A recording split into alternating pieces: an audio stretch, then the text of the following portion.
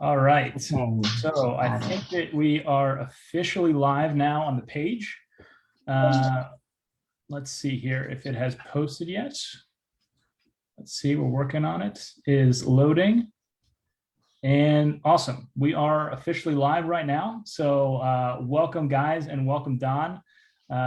Thank you for being here. Super excited for our conversation today. I Me want too. to go ahead and share this in the group real quick before we get started. So we'll call it a little 30, 60 seconds. If you have anything you want to preface for the interview, you can go ahead and do that now and we'll get rocking. I'm excited to talk about this with you. I think that positivity is something that is very hit or miss in the narcolepsy community. So I've seen that. I've been on the receiving end of people who don't see it as a possibility. So, and I used to be one of those people. So I'm looking forward to talking about how I got here to where I am now. Yes, definitely. I know that I've experienced kind of the same thing when I first started into this 6 to 8 months ago, where some of my, my information and things that I was sharing and my story and stuff like that, some of it was very well received. And then on the other side, some of it was shunned. So it's cool to talk about this with you because I think that we vibe a lot on that level. And I think that I hope that this conversation we have today can really bring a ton of value to the people on the other end that are looking for a path, looking for a way to go, looking for a place to start.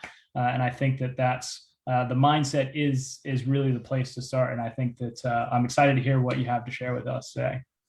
Thank you. Me too.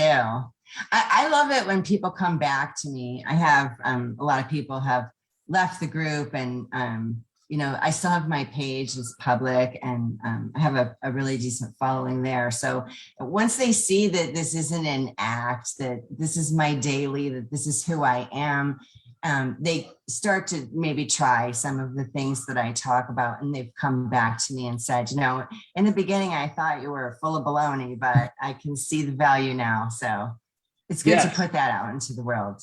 Yeah, it definitely takes, I think, commitment and persistency on all ends, whether you're talking mindset or where you're talking health factors or biohacking or nutrition or whatever it is.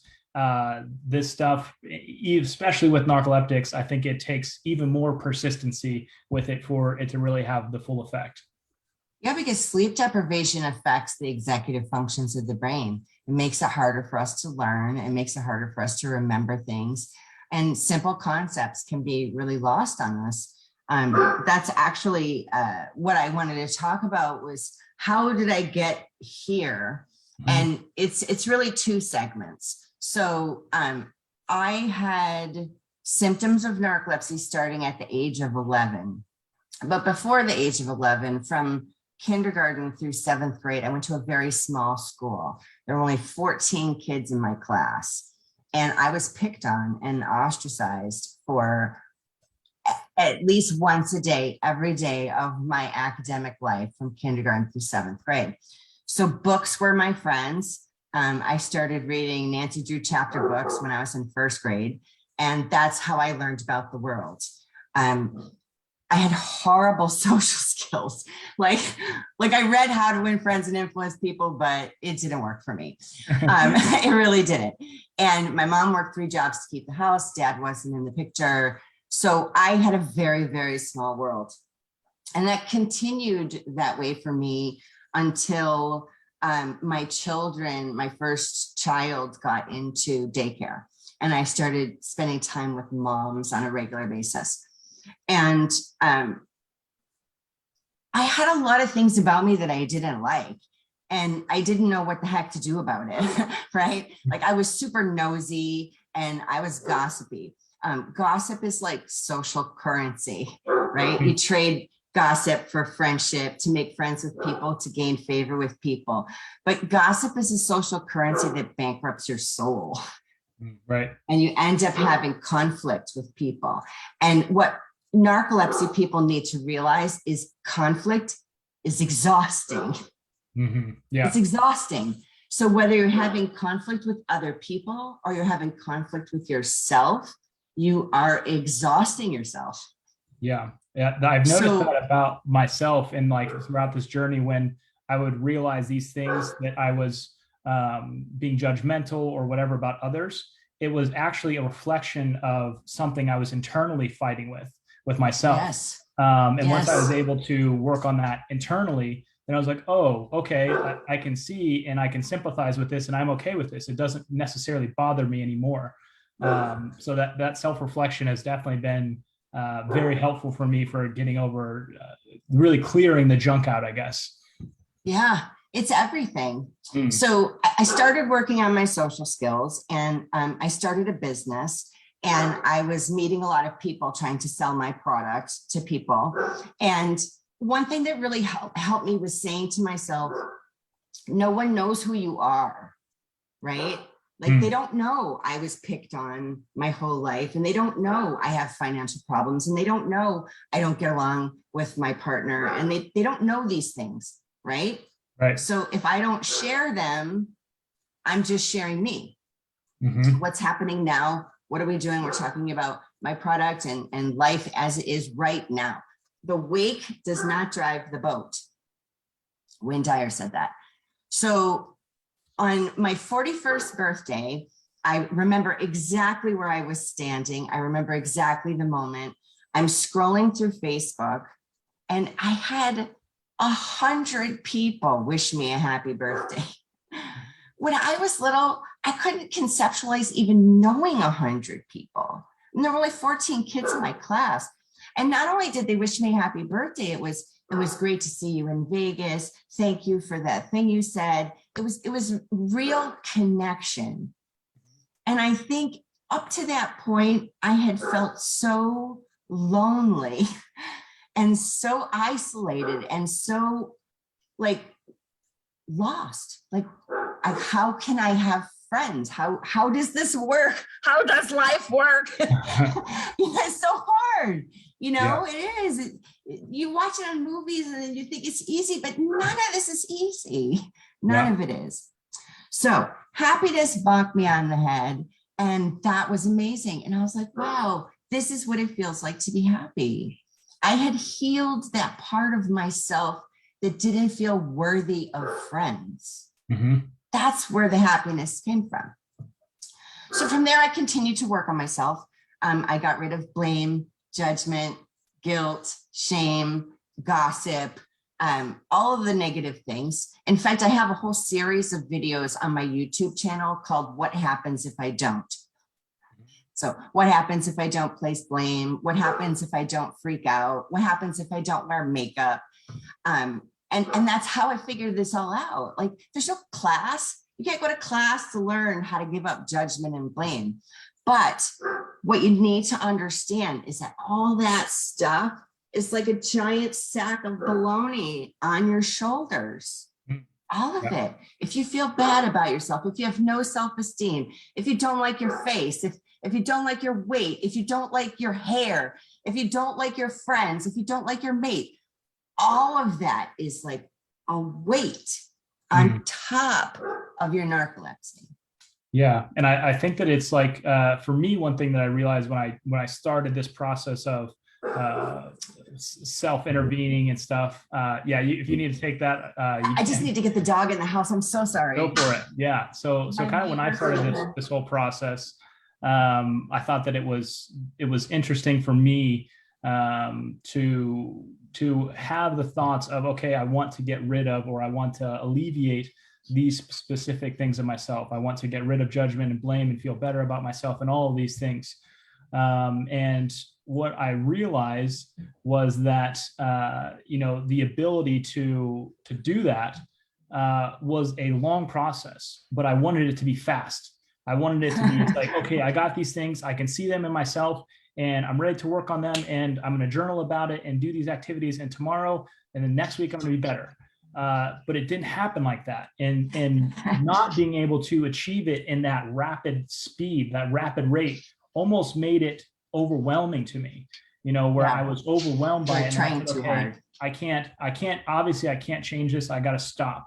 And when it started to change for me, it was like, okay, what if I just were a little bit better this week or this month? And then next week, what if I were just a little bit better? And then the following week, what if I were just a little bit better? And at that pace, I was able to say, okay, I'm starting to improve my nutrition. I'm improving my health. I'm improving all these things.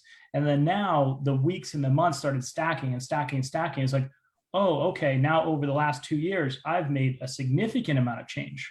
But in the short term, very difficult to do. And I think that's where people need to expand their minds and their thinking when they're going through this process.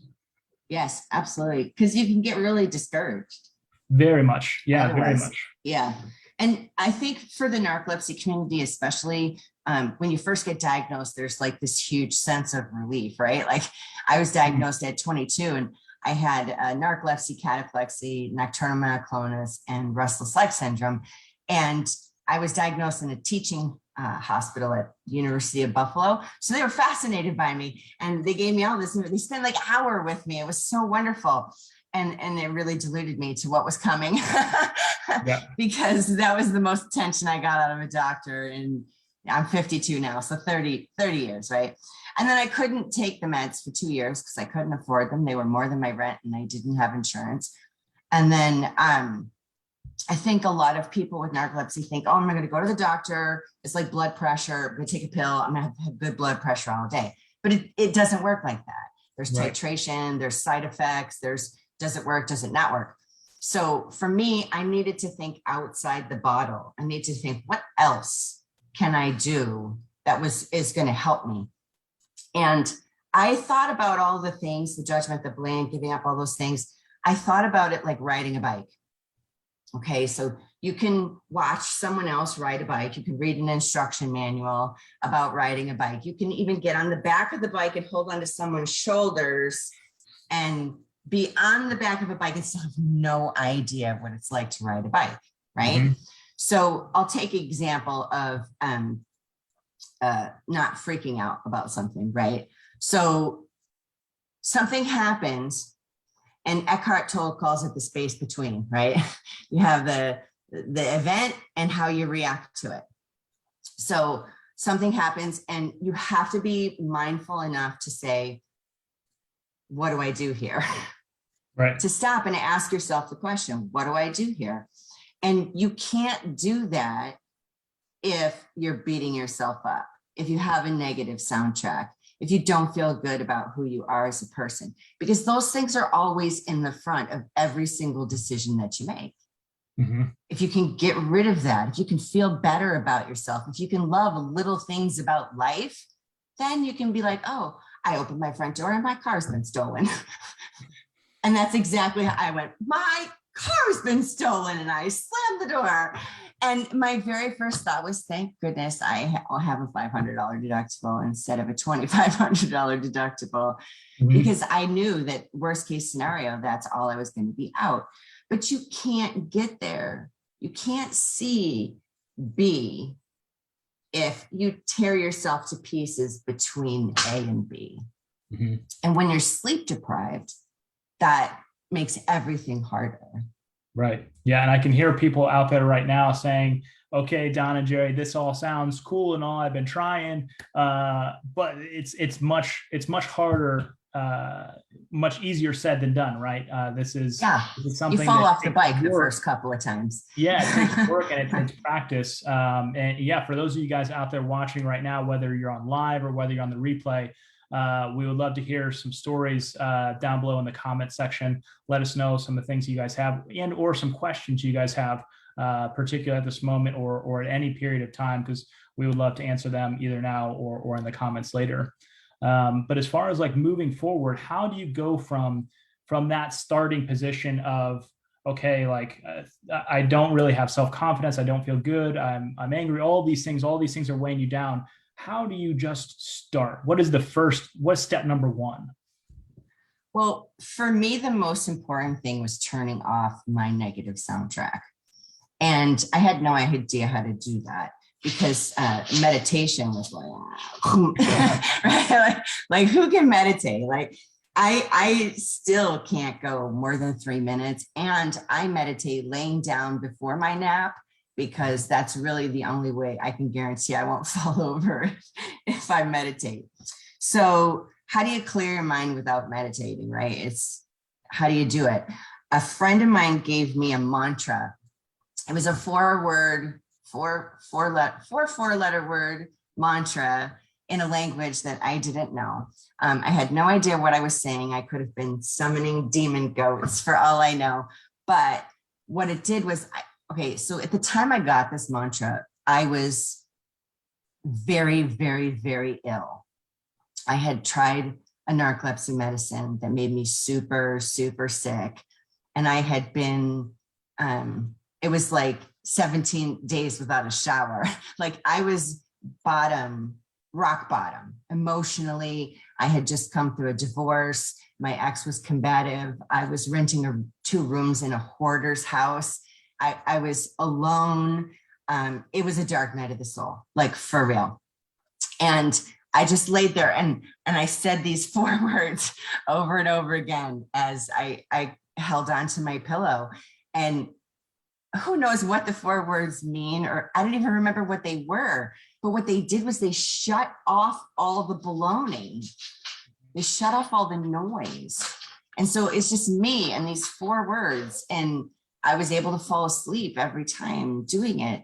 And sleep is the best thing for us. Sleep is when your brain files your memories and makes things fresh for you again. And it's hard for us to get it. And it's hard for us to get the right sleep. So clearing your mind is paramount to clearing your mind, feeling good about yourself. All the rest of this is going to be easier. You're not going to be fixed. I still have narcolepsy. I still have pain disorders. I have to go to the dentist right now. I have a tooth dying in my face. I'm in a ton of pain right now, but you can't see it because I don't look at that first, Yep. you know?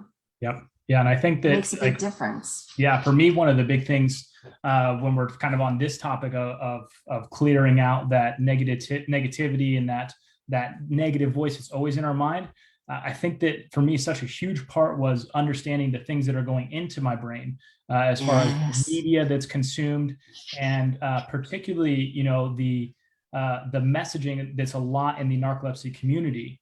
I think that advocacy is very important. I think that, all the stuff that is happening is very important, but I also think that reading about everyone's worst day over and over again and viewing videos of somebody's worst day over and over again and seeing how terrible and bad life is not good for your mental health in any way at all. As well as the news, there's the news right now is going a little crazy with the shock media, the things they're putting out.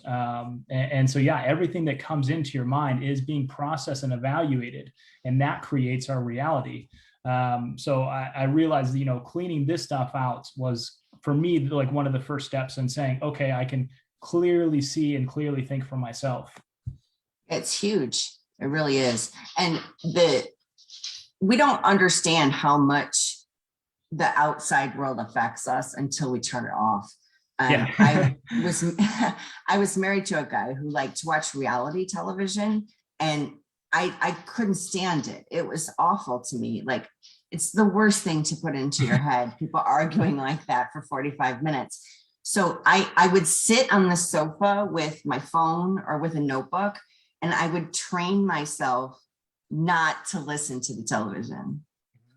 So a lot of people with narcolepsy are highly sensitive. A lot of us consider ourselves empaths. So we pull in everything from the outside. And until we can teach ourselves that we have an energy field, energy is measurable. It's not woo-woo stuff. They hook us up to machines. We can see that we are beings of energy. And when you let the energy in, and it gets you sad and angry and frustrated, and when you watch it or hear it, you feel connected to it. And that's the kind of stuff that really, it weighs. It's like ankle weights, on top of the ankle weight that's already narcolepsy. Yep. I want to talk real quick too about a support system. So I have the Positively Narcolepsy group. I started it because of that, doom scrolling. It's like a photo book of misery going through the groups. I had too much empathy anxiety. I would love to go in and encourage people, But then after a while, I just felt so bad for everybody that I started feeling bad. It's empathy anxiety. And a lot of us have it because we're so sensitive. So in my group, you can't whine or complain or vent. We're all there to find solutions, to encourage each other, to laugh, to share our lives. It's like a cocktail party where everybody just happens to have narcolepsy. But I have a text group. There's 5 of us in it. All 5 of us have narcolepsy. 3 of us have major pain. 2 of us have sleep apnea. 3 of us have POTS. So I have a place where I can go and say, hey, this bullshit's going on. What do I do? Or I can just, get whatever venting or empathy I need to get from a small group, right? Like if you feel like you're going to implode if you don't get it out of you, have someone trusted who understands your struggle. Don't try and dump your narcolepsy struggle on someone who has no concept of what sleep deprivation even is. Find one person you can be like, oh man, it's a gnawing day. It's just the sleep is just gnawing at me and it's just so hard. And then they'll be like, oh man, I know I had that last week. It was like that for me. And then you're not really being negative. Yeah. You're just relating to somebody who gets what you're going through. Yeah, and I think that's a hugely important note. Is finding balance between this stuff, right? Being able to express, okay, this is the shit, this is the crap happening, but also at the same time, I want to work hard on things that I can control and things that I can do. Blocking out the bad things and saying they don't exist probably is not a good solution either. Like you said, until you implode, you have a self-implosion. So finding that balance and finding that group of people is really important to make progress with this stuff. There's a lot of benefit to not talking about your story. I didn't believe that until I started living it. Up until the time I had my first divorce, I talked with everyone about my relationship with my ex-husband, and it was like Jerry Springer stuff. And people were really into it in the moment, but they didn't like hanging around with me. And I knew they didn't because they didn't reach out to me otherwise. And so the first story I let go of was my relationship with my first husband. And at some point I got to a place where I gave up my narcolepsy story with people that I was meeting for the first time. So like, I'll meet people and I don't even discuss it. And I talk about who I am and what I do and what I'm all about and how I'm walking through the world. And then later they find out I have narcolepsy and they're like, whoa, you do that and you have narcolepsy. And then we're on equal footing. When you come to someone as a person, you're person to person, right? And then you have this establishment of who you are as people. And then when they find out you're handicapped by narcolepsy, then their opinion of you just goes up. Yep. Where when you come together like this and you start with the narcolepsy, you feel they're looking down at you from the very beginning. And how can you feel good about yourself like that? Right. Yeah. I think that's, figuring out how to interact with individuals, I think is hugely important. Going to somebody you just met and dumping all this story on them is not as much as you want it to feel good and for them to understand. They can't understand. And it's really not fair to a brand new relationship with a friend or whoever it is to just dump all that stuff on them and expect them to just accept it and be, empathetic toward you and be your friend. It's not a fair ask, Yeah, not only that, it doesn't benefit you in any way to do it. Right. You don't feel better getting it out. And I just did a video about this, actually. I call that drama bonding. There's a term in domestic violence called trauma bonding, where 2 people come together over a trauma and the relationship is usually very toxic. And I think we as human beings, especially people who are saddled with a lifelong illness like narcolepsy, can have a tendency to drama bond with each other, where you come together and all you're doing is having a big bitch fest. Mm-hmm. So the huge difference in your life comes when you find yourself joy bonding with people. When you connect with someone, life is hard. Forget about the hard stuff. what you focus on is what you're going to be experiencing. You know, you talked about you can't just forget about the bad stuff. Well, if you've taken action to resolve the bad stuff and just stop looking at it, that's not the same thing, right? Yes. You're not Right. ignoring your responsibilities. You're doing what you're doing your part, but now it's resolved, right? Let's look at this now. Exactly. Yeah. Well, our energy's got to be focused toward what can we proactively do in our current situation to make our life better and improve ourselves. That's where the majority of the energy and focus has got to go. Yeah, you know, self-care, I made a graphic one. Self-care is my side hustle. And it is. I spend a good 20 to 30 hours a week on self-care.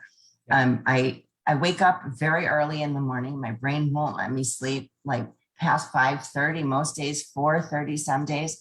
And I just go sit outside. This is what my brain wants. It wants to be awake, but my body's like, nah, girl, this ain't happening yet. And so I just sit there for an hour and a half every day. And that is part of my treatment, right? Like spending time for myself is self-care. And if I try to get up and force myself into the day right away, it goes bad for everybody, not just me. You know, I'm not there for my family. I'm not there for my employer.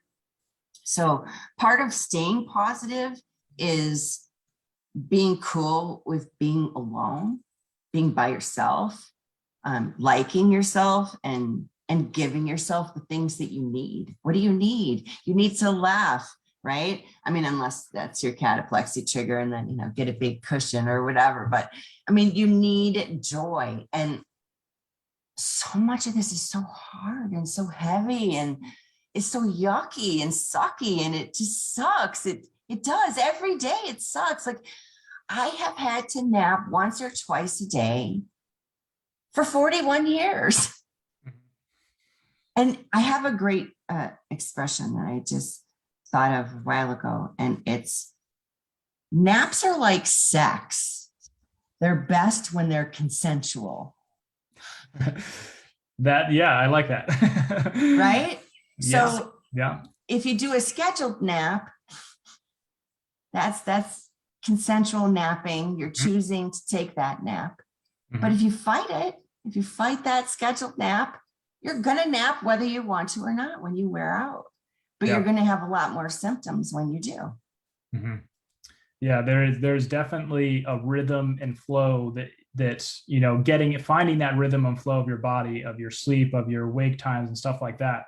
Has been hugely important for me. And, you know, one of the things that I talk about with my small group, you know, setting circadian rhythm. And everyone says, oh, well, it's impossible, or we're really all that stuff. Yes, that's true. Well, we do have disrupted sleep, but our body is still working on a clock, right? The more that we can ingrain these things, and like you said, kind of just be in the flow of it, the more we're going to be consistent with our days.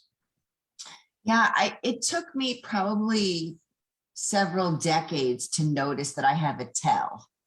So at some point in my day, I get this sensation like something's been unplugged in the back of my brain. And that's my tell that within a half an hour, I'm going to be super symptomy, right?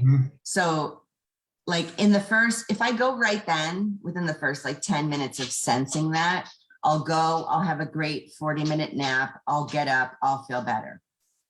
If I wait like 10 minutes, then I start getting what was I doing? Or how come this doesn't make sense with my Excel spreadsheets? Or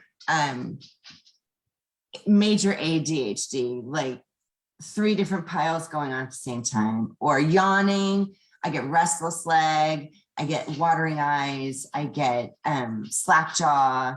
And then if I keep going, I start having minor cataplexy, and I drop things, and I roll my ankle. I bump my head on things, and I look like a drunk walking around. And if I still keep going, I'll start seeing things out of the corner of my eye. I'll start having those hallucinations, and I'm just a mess. Like I head into psychosis within 40 minutes, an hour of pushing through a sleep episode. So if I give into the segment and I go nap, then I pop right back into a wake segment. Mm-hmm. And the reverse is true for nighttime for me. My dog woke me up at 3 o'clock to go outside. So I was able to let him out and then go back to sleep.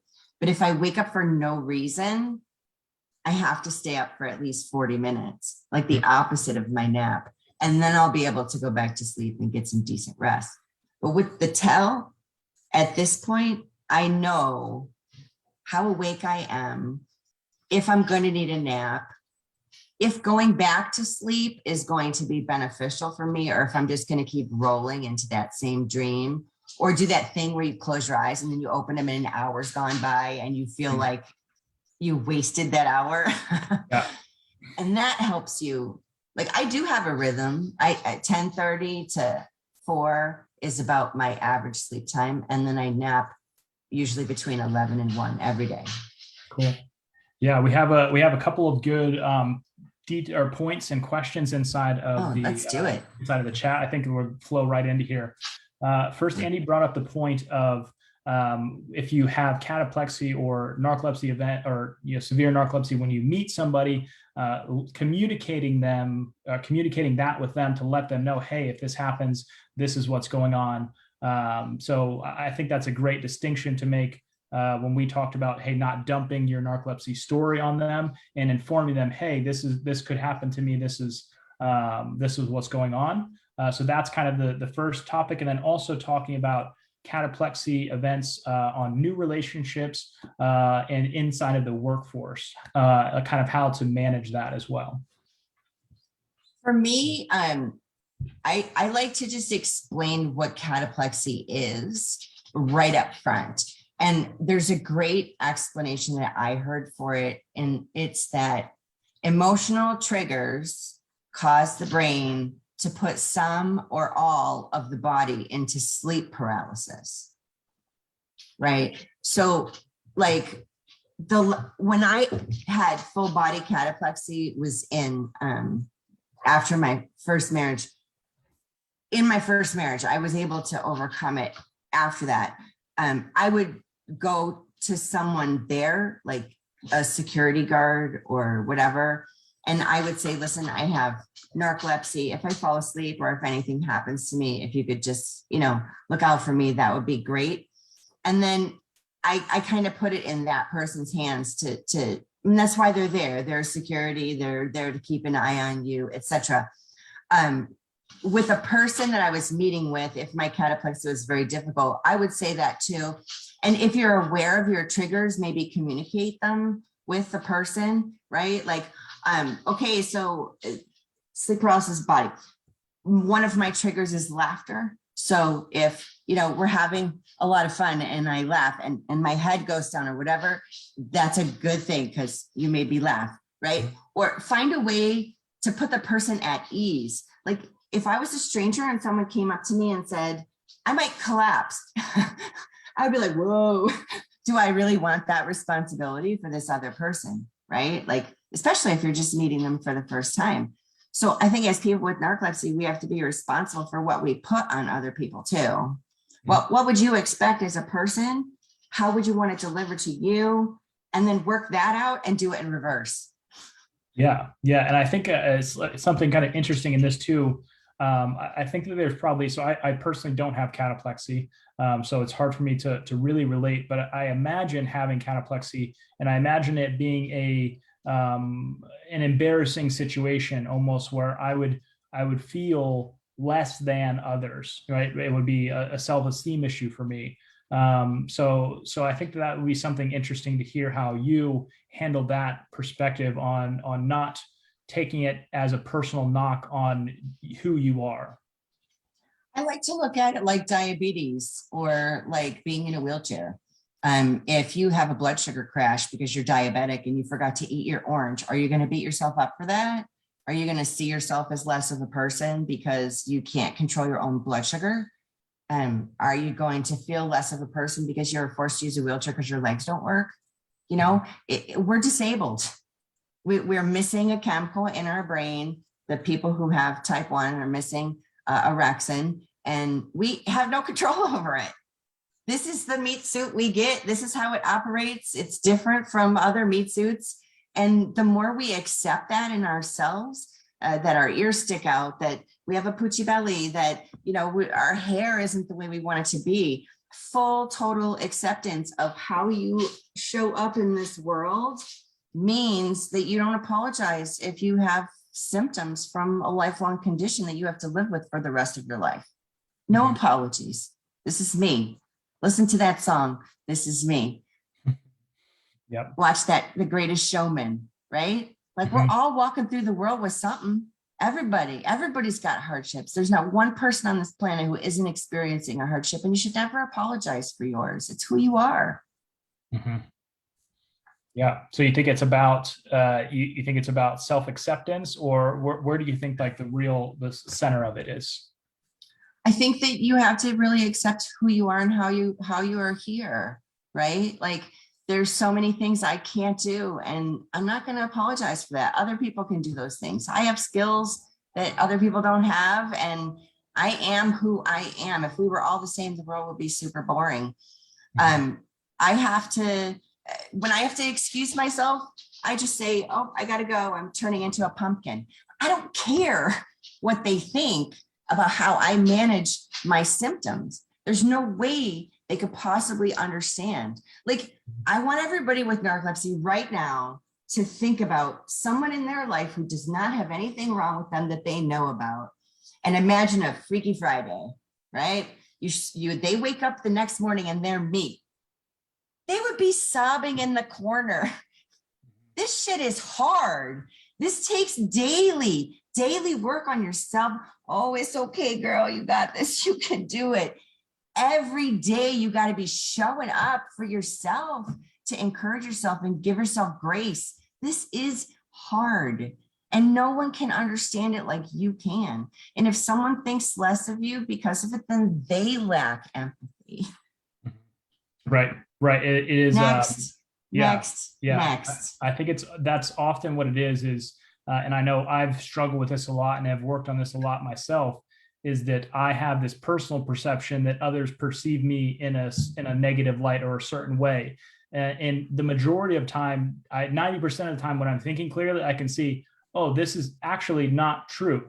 That's not actually how the person perceives me. And like you said, if it is the 10% of the people that are a-holes, then who cares? Like, they're an a-hole. Yes. Like, next, I don't care what you think. Like, you are not a person that I want in my life, or like evaluating my quality of life or who I am as a person. I don't need that from you. Yeah. When you feel good about yourself, then you start to think, no, I need everybody to understand I am not the same person I was 10 years ago. 10 years ago, I was a dumpster fire rolling down a hill. I was miserable, and I made everyone around me miserable. And I can see the huge difference in choosing to just see the good in everything first. And when the bad stuff happens, to not look at it if you don't have to, right? Like, perfect example, I had a problem with my car battery. So drove it to the dealership. The guy took me in an Uber to my office, and he told me, oh, I had that problem. It cost me $300. So I go into work, and I'm working, and I'm just not thinking about it. I'm working. I'm thinking about work that I'm doing. And the Toyota guy calls me, and he tells me it's $249, which I don't really have. And so I'm like, okay, it is what it is. I'll figure it out. And I just went back to work because I'm at work, and I'm very good at what I do, and I love what I do. And so I just threw my attention into that. And I had room on a credit card, so I wasn't completely worried about paying for it. And I got another Uber back to the dealership, and it was covered under warranty. So had I spent those 6 hours tearing myself to pieces because I had to spend $250 unexpectedly, I'd have ruined my own day for nothing. Yeah. And we do that. We do it over and over and over again. We ruin our own day. Yeah. Yeah. And it's interesting, like with when you're talking about how the brain works and operates, the more that we practice those habits and routines, the more likely we will continue those. Yeah. So, you know, breaking out of those and changing those patterns and routines, the more likely we will think differently. So it's one of those things that the more you start and the more you practice, negative or positive, more likely that's how you will continue throughout the future as well. Yeah. Like meal prep. Meal prep used to take me hours and hours, and now I can do it in a half an hour. I've been meal prepping every day, having every week for like eight or 9 years now. And you talked about hunger pains, like ghrelin, something in one of your videos. And I don't get hunger pains. I get nausea. And I didn't even know that that was something that happens with people with narcolepsy. So, or people in general. The brain, where our damage is in our brain, is very close to fight, flight, and hunger, and the body's temperature controls. Yep. So those things can be challenged for us. And I found because I didn't get traditional hunger pains, because I got nausea instead, I wouldn't eat. It would be 6 o'clock at night, and I'd realize I hadn't eaten anything. And I'd go in the fridge and, you know, usually I'd be eating crackers or bread or whatever's handy because I'm too tired to make anything. So by meal prepping, I make sure I eat at least once a day for sure. So it is something that you have to want it for yourself. You have to do it. You have to see that it helps, and then want it for yourself. Yes. Yeah. That's where that's, you know, when you're talking about long-term, when we're doing and implementing all this stuff, what mindset, health, whatever it may be, we have to remember that this is a life change. This is not a 2-week change, you know, because anyone can change things for a week when they get excited about something, and you have all these rush of chemicals going about change, and you do stuff. But when that wears off, what's left? And I think that's where the change actually happens, when that new shiny object wears off. When we're able to consistently keep up with it, that's when we start to see those little incremental changes that add up to big changes in our life. Yeah, and I can say too that I'm a perfectionist. It comes from trying to prove I was worthy of shit, but it serves me well. Like I'm able to do less than perfect, because my less than perfect is still better than a lot of people's best. But when you do something like I went autoimmune paleo, and I held it for 6 months, and I dropped 15 symptoms. Wow. Because I have 9 disorders. I have 2, the narcolepsy, cataplexy movement disorder. I have 2 pain disorders. I have POTS. I have chronic costochondritis. I have TMJ, and I have POTS. So I've got a lot going on, and food has been central to a lot of my management. And that's what I used as fuel. 15 symptoms gone. You know, every time I made a food choice, that's what I thought about. And now that it's been several years that I've lived a modified autoimmune paleo, like I don't have any nightshade. I don't eat a lot of bread or carbs, but I do have some dairy, and I do have sugar and coffee. But I can cheat now. Like I can have a meal with my kids and not die, and not get extra sleepy, and not have symptoms, because my engine is so clean from running it on mostly fruit and yogurt every day. Yeah, definitely. Yeah, I think that's, if you guys would like, you know, maybe we can have me and Don can do another conversation on health, fitness, nutrition, kind of that wrap up. If you guys would like to see that, go ahead and comment down below and or like this video. Let us know stuff that you want to talk about, and if you want to see us pop in here again. But wrapping this up, Don, do you have any last words, tips, anything that you want to share with everybody before we jump off? Let me look at my notes and see. I had a song come into my head as we were getting ready to do this, and the lyrics are, hold on to whatever you can, baby. Hold on to whatever can get you through. And I think that that's been, you know, the way that I've lived my life now is hard things come in and I want to hold on to what's gotten me through. And that's feeling good about myself and my life and the way I'm walking through the world and sharing that with as many people to help them get there too. Amazing. Well, yeah, I love this, Donna. It was awesome. Hope It was we can do it fun. again sometime. Yeah, and I hope for you guys out there, this was helpful. Definitely share it with anyone who you think it will be helpful for. Pop any questions down below, and we'll pop back in there. And if you guys want to have any more topics or hear anything else from us, let us know that as well. Cool. All right, Don. We'll talk to you guys soon. See you later. Thank you.